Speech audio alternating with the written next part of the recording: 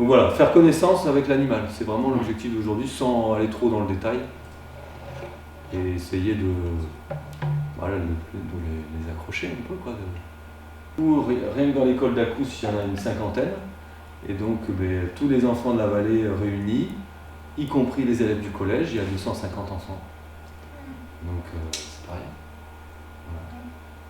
C'est un peu la suite logique du travail qu'on a mené en amont avec les écoles, parce que tous les ans on travaille avec les écoles de la vallée.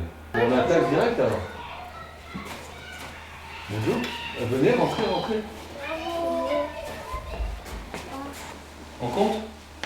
1, 2, 3. Oh, qu'est-ce que c'est que ça ? Des cornes ! Ce programme, ce projet de réintroduction de bouquetin, c'est un peu la cerise sur le gâteau, et puis ça, du coup on repart à nouveau sur de nouveaux projets, et c'est reparti quoi. Super, oui. Jules, très bien Jules. Bien, super, très bien.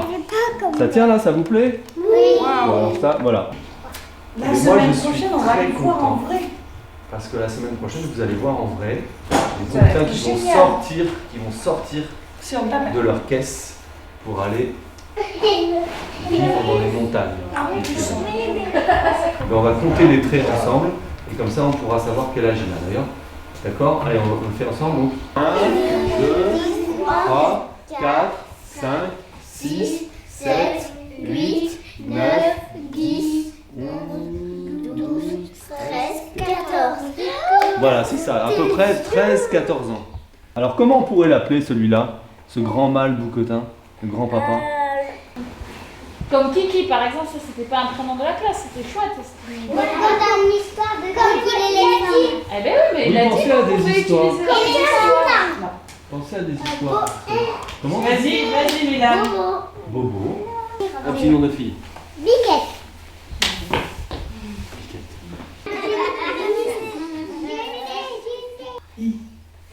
Et ça veut dire quoi, Béroï? Joli. Joli. Guapo. Guapo, oh là là. Attention, celui-là. Attention. Guapo. Bobo, Belle, Valiente, Vaiana, Maui et Tifiti. Ouais, et celui-là il m'a dit. Ouais, c'est ça. Tu l'as dit tout à l'heure parce qu'il est père. Voilà. Lui, le fond du beige. I aquest animal, en francès, donc, el appellera bouquetin. En espanyol, el appellera cabra de montes, cabra montes. Mais en lengua gascuna ou béarnaise, donc en occitan, qui s'appelle un boucardou. Donc, un boucardou, que vous dites que un bouc arredou d'un drin gros, beig. Et en aragonès, que l'appellera, donc tous thèmes, que l'appelle un bocardo. Ouais, c'est bon. Vas-y. En espagnol es cabra montes. Cabra de los montes. Mais en aragonès, yo lo ven aquí, sembra herra holandés, que l'appellera bocardo. Et bocardo qui sembra a boucardou. Grand jour du lâcher. Merci d'être venu nous expliquer tout ça. Merci. À jeudi. À jeudi.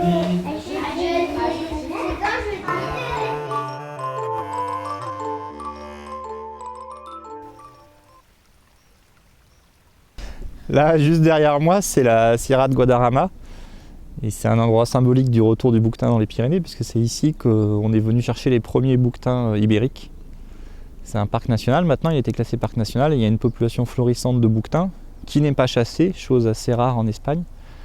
Et c'est pour cela que c'est l'endroit qui a été choisi pour servir de population source au bouquetin ibérique pour l'introduction pyrénéenne. ¿Dónde son los capturaderos? Allí al lado. ¿Ves aquella piedra que hay un árbol encima? Sí. Detrás. Vamos a subir ahora. Sí.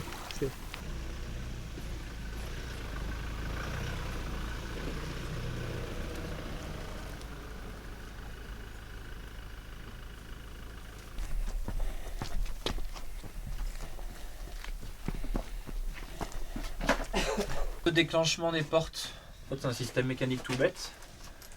Les portes elles vont être attachées, tendues à ce système et Tout à l'heure, on va installer un fil. Quand le bouquetin rentre dans la cage et touche le fil, les portes tombent automatiquement et il est pris. Donc ça, c'est le système ancien qui existe depuis longtemps ici. Et depuis l'an dernier, ils ont mis en place d'autres systèmes plus efficaces où ils prennent plus d'animaux à la fois. Et c'est plutôt les mâles qui viennent dans le grand corral qui est dessous là. On va mettre du sel et de la nourriture là, et les bouquetins, quand ils vont toucher ce fil là, automatiquement les portes, hop, elles vont tomber. On met de l'aliment pour attirer les bouquetins dans les cages. Il y a aussi des caracelles là. Et ils vont venir manger ça, et s'ils touchent un des deux fils blancs là, la cage elle se ferme automatiquement. Vale. Ahí está. Está activado ya, ¿eh? Et quand les portes tombent, ça libère la manivelle là, et le rideau, il se déroule jusqu'en bas. Oh, tenemos 6. 6. Y luego 2 cercones de esos grandes. Cercones como ese de abajo. De estos tenemos 6.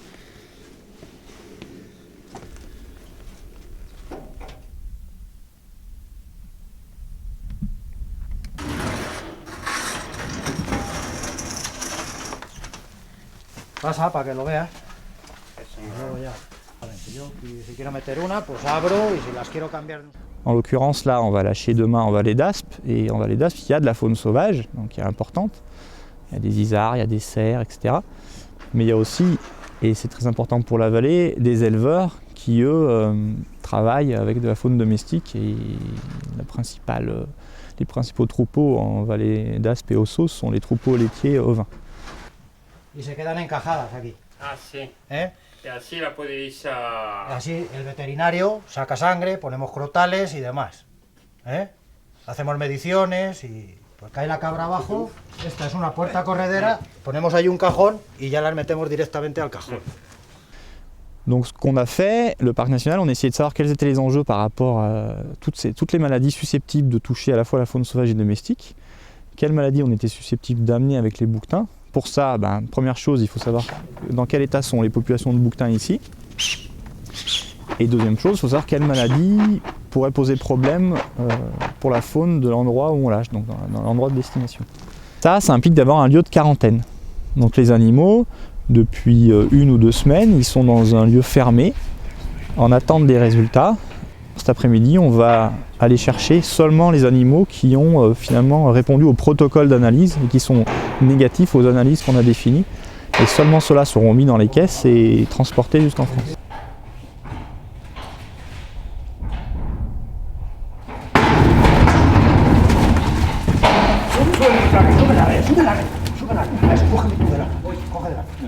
¿Lo tenéis? Sí.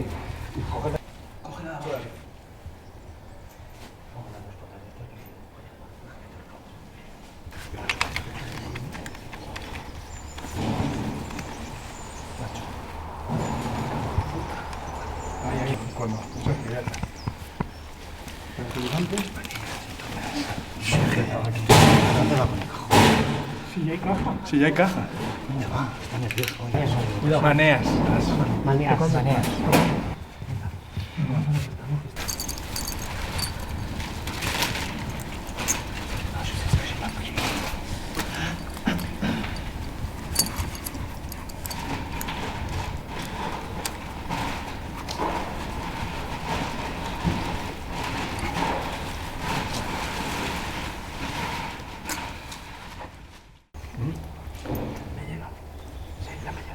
No, pero esta es la otra. Left one. 5.8. 46 y 59. Toma. ¿Aquí? Sí, ahí.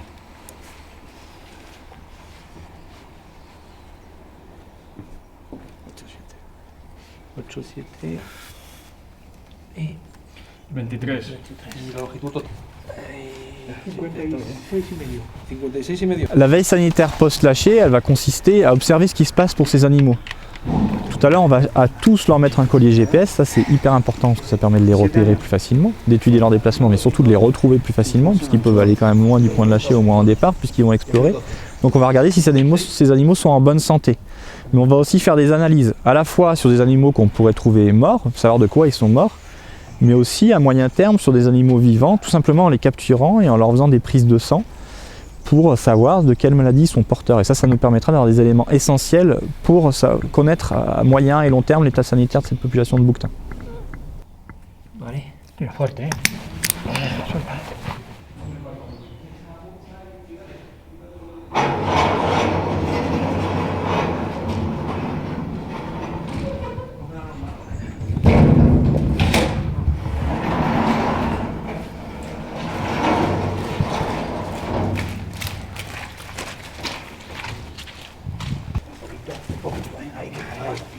Voy, ¿eh? Vale. No te preocupes.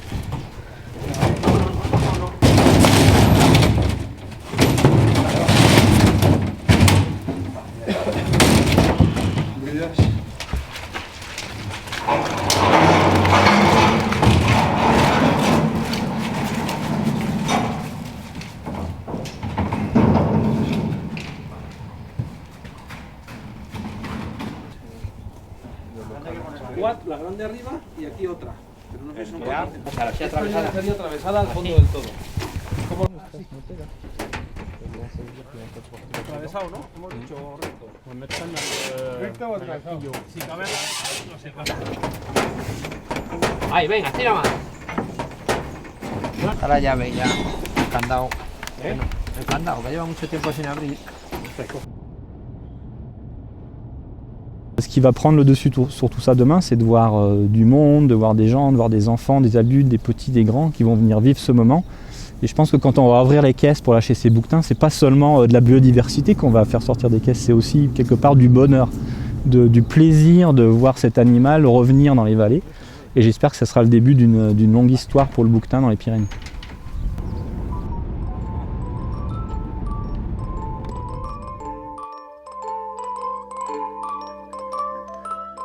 Je pense très fortement à mon arrière-grand-mère qui était propriétaire de cette grange. Elle s'appelait Magdeleine. Il y a plusieurs lâchers, je crois qu'il va y avoir environ entre 70 et 90 bouquetins qui seront lâchés dans les montagnes de la vallée. Et je pense aussi à mes petits-enfants qui seraient fiers d'être là aujourd'hui. Et je suis très contente que la réintroduction des bouquetins se fasse ici. J'espère avoir le plaisir un jour d'en apercevoir sur les montagnes environnantes.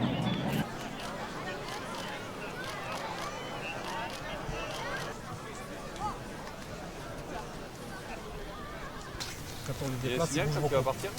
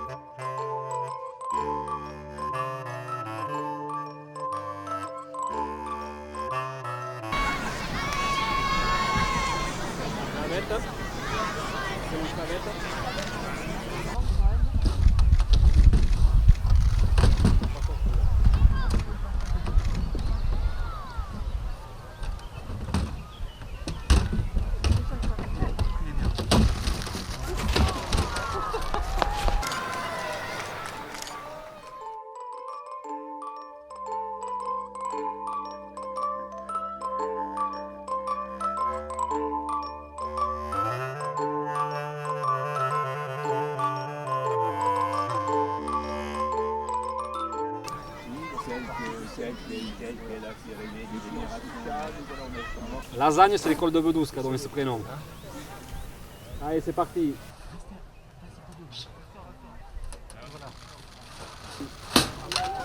Hop là. Et voilà.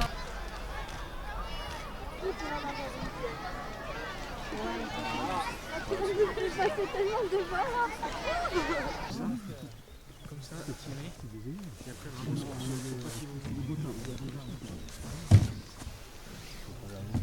allez, je vais faire. Ouais, Baissez-vous, baissez-vous.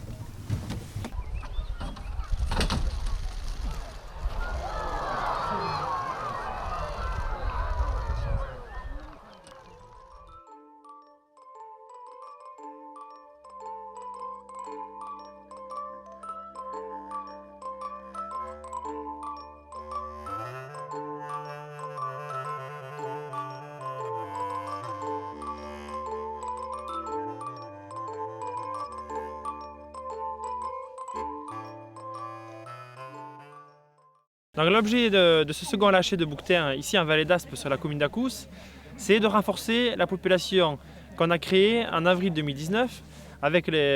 Donc pour mémoire, on avait lâché 7 individus, 5 mâles, 2 femelles. Et donc là, l'idée, c'est de renforcer cette population avec l'apport de 3 nouvelles femelles originaires du parc national de Guadarrama.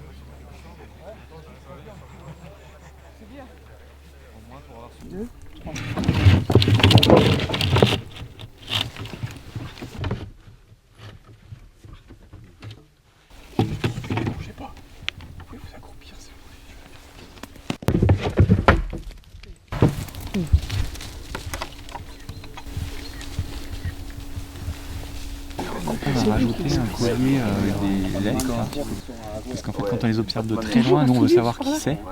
Et des fois, par exemple s'ils sont tournés que d'un côté, on va voir que la boucle rouge et on ne sait pas si c'est vers l'autre côté. Donc on essaie de faire un autre système, ça c'est un peu un test, donc qui a été utilisé par mes collègues chercheurs des Alpes. En fait il y a deux choses qui déterminent le succès de l'opération, c'est la survie et la reproduction. Et le GPS il nous permet de savoir où ils vont et s'ils survivent, parce qu'en fait s'ils meurent on a un signal de mortalité.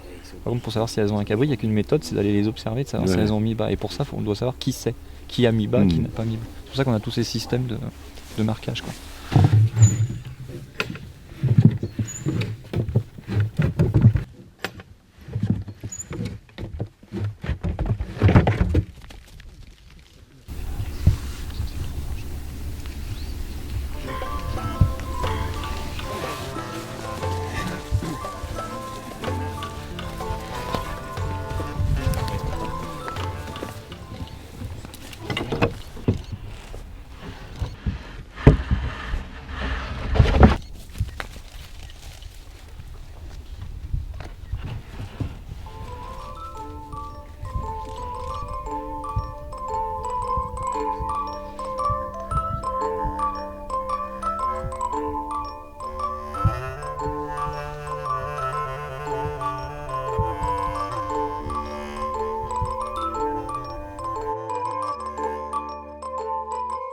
En juillet 2019, on avoisine une population de 200 individus, avec notamment en 2019 40 cabris dénombrés en Vallée des Gaves, ce qui montre que ce programme est aujourd'hui une réussite, avec une population qui se porte bien, et on espère cette même réussite pour les prochains lâchers ici et la population en Vallée d'Aspe. Donc là, on va lâcher 4 femelles, entre 3 et 7 ans, et un mâle de 4 ans.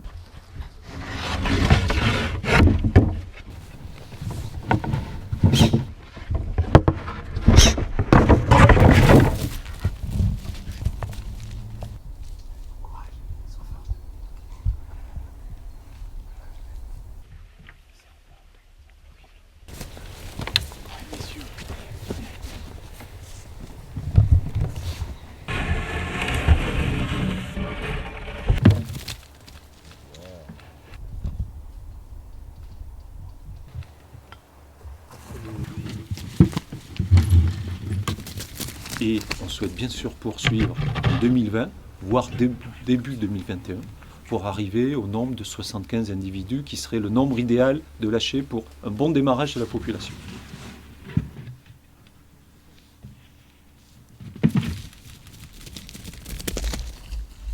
Globalement, s'il y avait des réticences de la part du monde agricole, et c'était légitime, par rapport au volet sanitaire notamment, et ça, on le comprend, globalement, il y a un très bon accueil des habitants, des chasseurs, des élus.